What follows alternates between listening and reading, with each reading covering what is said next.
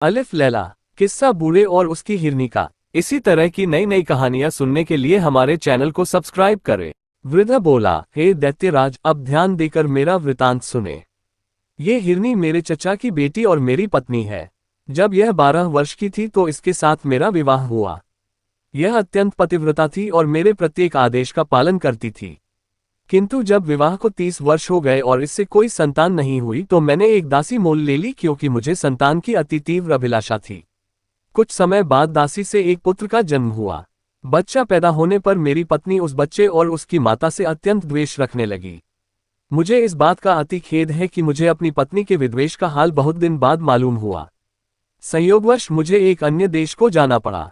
मैंने अपनी पत्नी से जोर देकर कहा कि मेरे पीछे इन दोनों की अच्छी तरह देखभाल करना और इनके आराम तकलीफ का ख्याल करना। भगवान चाहेगा तो मैं 1 वर्ष में लौट आऊंगा। मेरी स्त्री ने मेरे जाने के बाद उन दोनों से दुश्मनी रखना शुरू कर दिया। वह जादू टोना भी सीखने लगी थी। मेरे जाने के बाद उस दुष्ट ने अपने जादू से मेरे बच्चे को बछड़ा बना दिया और उसे मेरे नौकर ग्वाले के सुपुर्द कर दिया कि अपने घर ले जाकर इसे खिला पिलाकर मोटा ताज़ा कर दे। इसी प्रकार उसने मेरी दासी को जादू के जोर से गाय बना दिया और उसे भी ग्वाले के घर भेज दिया। विदेश से वापस आकर मैंने अपनी पत्नी से अपने पुत्र और उसकी मां के बारे में पूछा। उसने कहा कि तुम्हारी दासी तो मर गई है और तुम्हारे पुत्र को मैंने 2 महीने से नहीं देखा, मालूम नहीं वह कहाँ चला गया। मुझे अपनी दासी के मरने का बड़ा दुख हुआ, किंतु सब्र करके बैठ गया। किंतु मुझे आशा थी कि कभी न कभी पुत्र से मेरी भेंट हो जाएगी। 8 महीने बाद ईद का त्योहार आया। मेरी इच्छा हुई कि इस त्योहार पर मैं किसी पशु का बलिदान करूं। मैंने अपने ग्वाले को बुलाकर कहा कि कुर्बानी के लिए एक स्वस्थ गाय ले आ। संयोग से वह मेरी दासी ही को ले आया, जो जादू के जोर से गाय बन गई थी। मैंने उससे बलिदान करने के लिए उसके पैरों को बांधा तो वह बड़े करुणापूर्ण स्वर में डकारने लगी और उसकी आंखों से आंसू की धारा बहने लगी। उसका ये हाल देखकर मुझे उस पर दया आ गई और मुझसे उसके गले पर छुरी न चल सकी। मैंने ग्वाले से कहा कि इसे ले जा और कुर्बानी के लिए दूसरी गाय ले आ। ये सुनकर मेरी पत्नी बहुत क्रुद्ध हुई और कहने लगी कि इसी गाय की बलि दी जाएगी। ग्वाले के पास इससे अधिक हृष्ट पुष्ट और कोई गौ नहीं है। उसके भला बुरा करने से मैंने फिर छुरी हाथ में ली और गाय को मारने के लिए उद्यत हुआ। इस पर गाय और भी चीख पुकार करने लगी। मैं अजीब दुविधा में पड़ा। अंत में मैंने छुरी ग्वाले को दे दी और कहा, मुझसे इस गाय पर छुरी नहीं चलती, तू ही इसका बलिदान कर दे। ग्वाले को गाय के रोने चिल्लाने पर दया न आई और उसने छुरी फेर दी। जब गाय की खाल उतारी गई तो सब ने देखा कि उसके अंदर अस्थिपंज मात्र है, मांस का कहीं पता नहीं। कारण ये था कि गाय की हृष्टता पुष्टता तो केवल मायाजाल के कारण थी। मैं उस ग्वाले पर नाराज हुआ कि गाय को ऐसी दशा में क्यों रखा कि वह ऐसी दुबली पतली हो गई। मैंने गाय ग्वाले ही को दे दी और कहा, तू इसे अपने ही काम में ला, मेरे कुर्बानी करने के लिए कोई बछड़ा ही ले आ, किंतु वह मोटा ताज़ा होना चाहिए, इस गाय की तरह नहीं। ग्वाला शीघ्र ही एक मोटा ताज़ा बछड़ा ले आया। बछड़ा देखने में भी बड़ा सुंदर था। यद्यपि उस बछड़े के बारे में मुझे मालूम न था कि यह मेरा ही पुत्र है, तथापि उसे देखकर मेरे हृदय में प्रेम उमड़ने लगा और वह बछड़ा भी मुझे देखते ही रस्सी तुड़ाकर मेरे पैरों पर गिर पड़ा। इस बात से मेरे हृदय में प्रेम का स्रोत और जोर से उबलने लगा और मैं सोचने लगा कि ऐसे प्यारे बछड़े को कैसे मारूं। इन भावनाओं ने मुझे अत्यंत विह्वल कर दिया। उस बछड़े की आंखों से आंसू बहने लगे। इससे उसके प्रति मेरा प्यार और उमड़ा और मैंने ग्वाले से कहा कि इस बछड़े को वापस ले जा और इसकी जगह कोई दूसरा बछड़ा ले आ। इस पर मेरी पत्नी ने कहा कि तुम इतने मोटे ताजे बछड़े की कुर्बानी क्यों नहीं करते।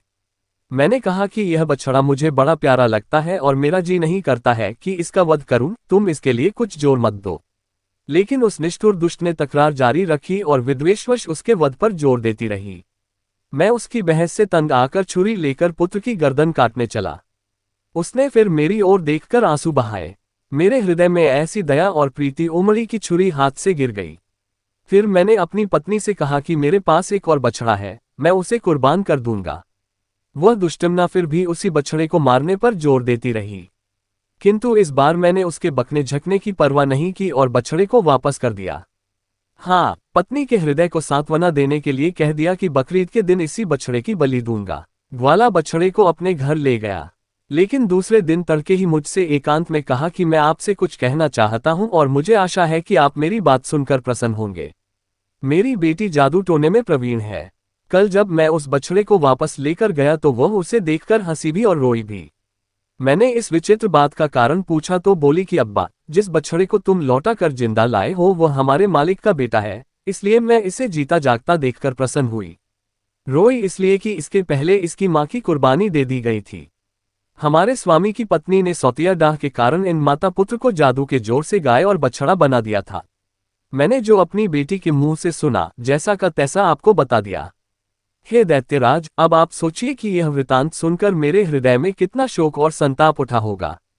मैं कुछ देर मर्माहत होकर चुप रहा, फिर ग्वाले के साथ उसके घर पर चला गया ताकि इस वृतांत को उसकी बेटी के मुंह से सुनूं। सबसे पहले मैं उसकी पशुशाला में गया ताकि अपने बछड़ा बने हुए पुत्र को देखूं।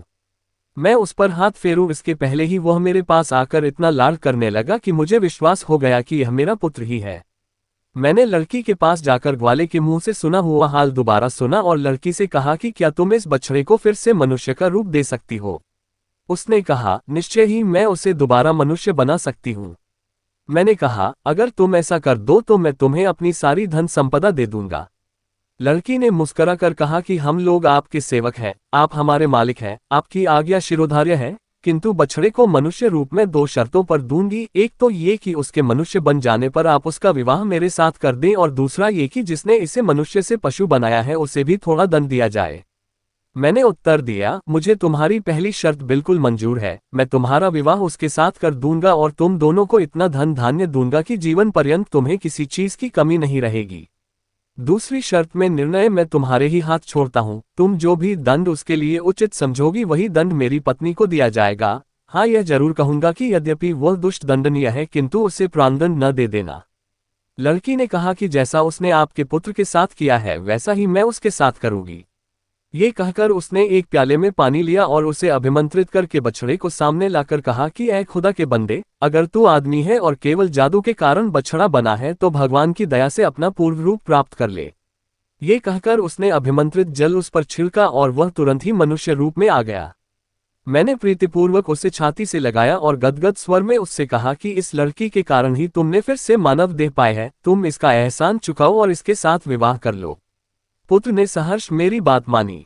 लड़की ने इसी प्रकार जल को अभिमंत्रित करके मेरी पत्नी को हिरनी का रूप दे दिया। मेरे पुत्र ने उस कन्या के साथ विवाह किया किंतु दुर्भाग्यवश वह थोड़े ही समय के बाद मर गई। मेरे पुत्र को इतना दुख हुआ कि वह देश छोड़कर कहीं चला गया। बहुत दिनों तक मुझे उसका कोई समाचार नहीं मिला, अतएव मैं उसे ढूंढने निकला हूँ। मुझे किसी पर इतना भरोसा नहीं था कि अपनी हिरनी बनी हुई पत्नी को उसके पास छोड़ता, इसलिए मैं उसे अपने साथ लिए हुए देश देश अपने पुत्र की खोज में घूमता हूँ। यही मेरी और इस हिरनी की कहानी है। अब आप स्वयं निर्णय कर ले कि यह घटना विचित्र है या नहीं। दैत्य ने कहा, निस्संदेह विचित्र है। मैंने व्यापारी के अपराध का 1/3 हिस्सा माफ कर दिया। फिर शहरजाद ने शहरयार से निवेदन किया कि जब पहला वृद्ध मनुष्य अपनी कहानी कह चुका तो दूसरे बूढ़े ने, जो अपने साथ 2 काले कुत्ते लिए था, दैत्य से कहा कि मैं भी अपना और इन दोनों कुत्तों का इतिहास आपके सम्मुख रखता हूँ। यदि यह पहली कहानी से भी अच्छा हो तो आशा करता हूं कि उसे सुनने के बाद व्यापारी के अपराध का 1/3 भाग और क्षमा कर दिया जाएगा। दैत्य ने कहा कि अगर तुम्हारी कहानी पहली कहानी से अधिक विचित्र हुई तो मैं तुम्हारी बात जरूर मानूंगा।